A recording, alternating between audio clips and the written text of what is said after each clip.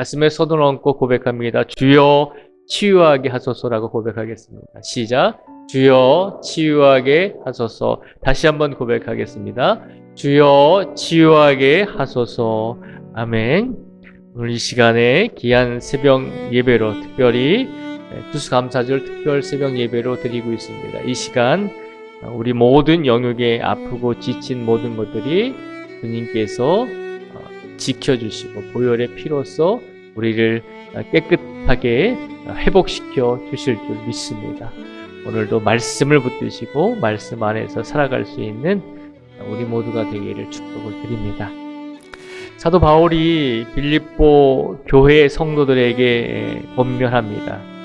부탁을 하고 있는 것입니다. 뭐라고 부탁을 하냐면 이 4절 말씀에 보면요. 주 안에서 항상 기뻐하라.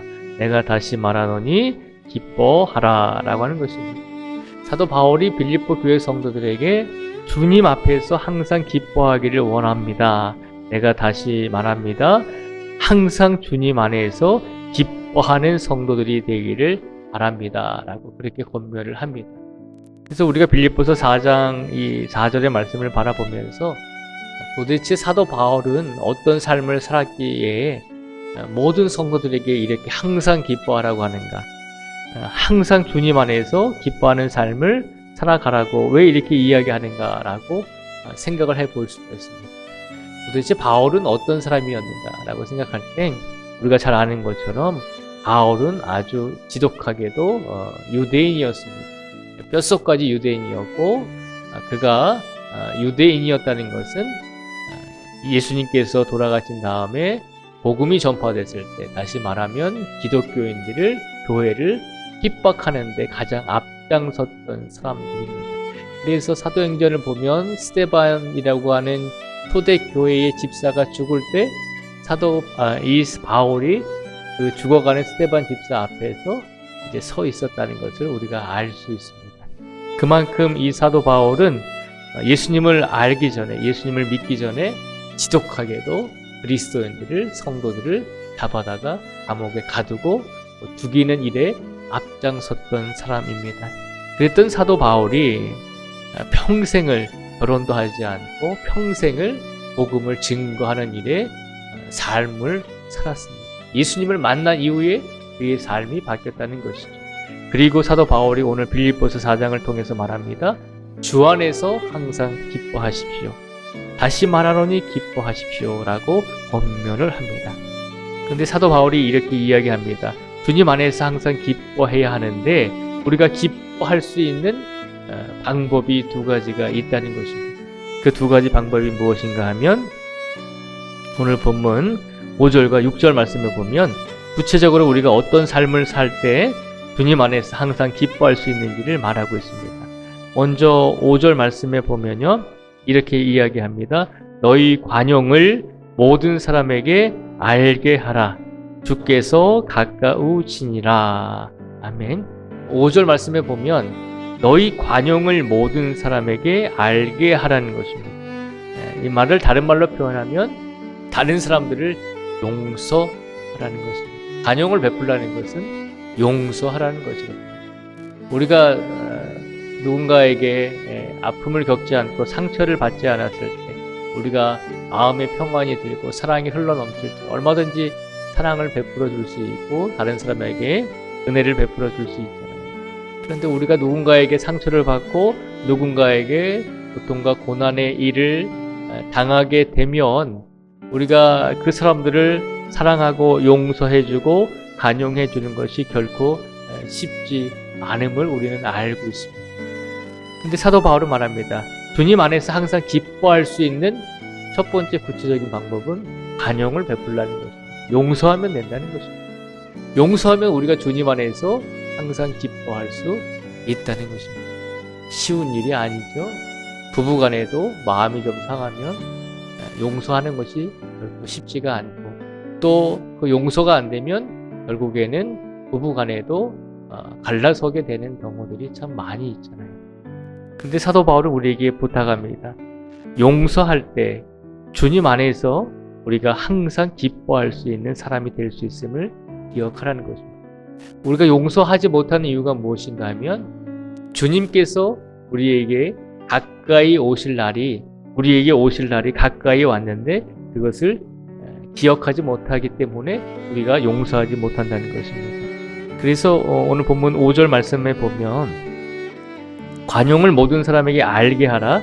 또 한 가지 무엇을 덧붙였냐면 주님께서 가까우시니라 라고 말하고 있습니다. 예수님께서 이 땅에 다시 오실 때가 되었으니 우리가 그것을 감사하면서 다른 사람에게도 용서를 베풀어 주라는 것입니다. 오늘 이 시간 주님께서 우리에게 날마다 가까이 계시고 또 이 땅에 다시 오실 때가 가까이 오고 있다는 사실을 기억하시면서 오늘 이 시간, 오늘 하루만이라도 모든 사람을 용서하고 관용을 베풀어 줄 수 있는 우리 모두가 되기를 축복을 드립니다. 그런 삶을 살 때 우리가 주님 안에서 항상 기뻐할 수 있게 된다는 것입니다. 두 번째로 보면 6절 말씀에 보면 이렇게 말하고 있습니다. 아무것도 염려하지 말고 다만 모든 일에 기도와 간구로 너희 구할 것을 감사함으로 하나님께 아뢰라 라고 하는 것입니다. 우리가 주님 안에서 항상 기뻐할 수 있도록 하기 위해서 구체적으로 행할 수 있는 두 번째의 것은 뭐냐면 6절 말씀에 있는 것처럼 아무것도 염려하지 말고 다만 모든 일에 기도와 간구로 너희 구할 것을 감사함으로 하나님께 아뢰라는 것입니다. 기도와 간구로 항상 하나님께 아뢰면 염려하지 말고 기도와 간구로 하나님께 모든 것을 아끼고 의지하면 우리가 항상 주님 안에서 기뻐할 수 있는 삶을 살 수 있음을 우리에게 일깨워주고 있는 것입니다. 세상을 살아가면서 근심과 걱정, 생각이 안 들 때가 없죠. 물론 우리가 이런 염려하는 것 우리가 순간적으로 들 때도 있고 우리가 걱정하기도 하고 불안이 들면 우리가 또 우리의 마음속에 근심, 걱정이 찾아올 때가 참 많이 있습니다. 안 찾아올 수는 없죠. 그런데 사도 바울이 말하죠. 근심과 염려가 찾아올지라도 기도와 간구로 하나님께 기도하라는 것입니다. 기도와 간구하면서 하나님께 맡기라는 것입니다.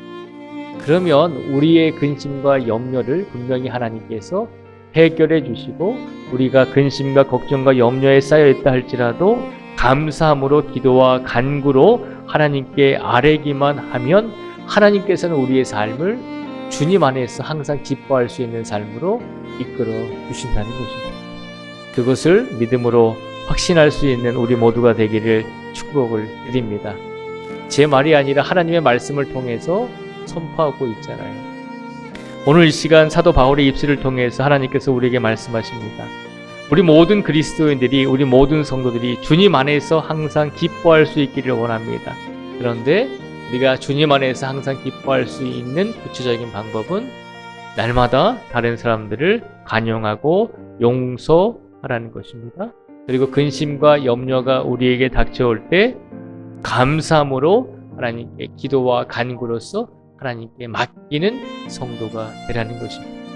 오늘 하루만이라도 우리가 모든 사람들에게 간용과 용서를 베풀며 우리가 염려와 근심이 닥쳐올 때 감사함으로 기도와 간구로 하나님께 모든 것을 맡김으로 주님께서 주시는 항상 기뻐할 수 있는 마음과 기뻐할 수 있는 영혼을 가지고 오늘을 살아갈 수 있는 우리 모두가 되기를 축복을 드립니다. 이런 삶을 살 때 주님께서 우리에게 어떻게 해주신다고 약속을 하셨냐면 7절 말씀을 같이 읽겠습니다. 7절을 같이 읽겠습니다. 시작. 그리하면 모든 지각에 뛰어난 하나님의 평강이 그리스도 예수 안에서 너희 마음과 생각을 지키시리라. 아멘. 우리가 간용하고 우리가 염려하지 않고 감사함으로 기도와 간구를 하나님께 드릴 때 우리의 모든 것을 주관하시고 우리의 모든 것을 이끌어 주시는 하나님께서 우리의 마음속에 그리스도 안에서 우리의 마음과 생각을 평안할 수 있도록 지켜주신다고 약속하셨습니다. 이 약속의 말씀을 오늘 이 시간 우리 성도들의 마음속에 새기시고 마음속에 기억하시고 근심과 걱정이 몰려올 때 더 기도하시고 감사함으로 하나님께 더 모든 것을 맡기심으로 주님 안에서 평강을 누리시고 주님 안에서 항상 기쁨을 누리실 수 있는 우리 모두가 되시기를 다시 한번 주님의 이름으로 축복을 드립니다. 기도하겠습니다.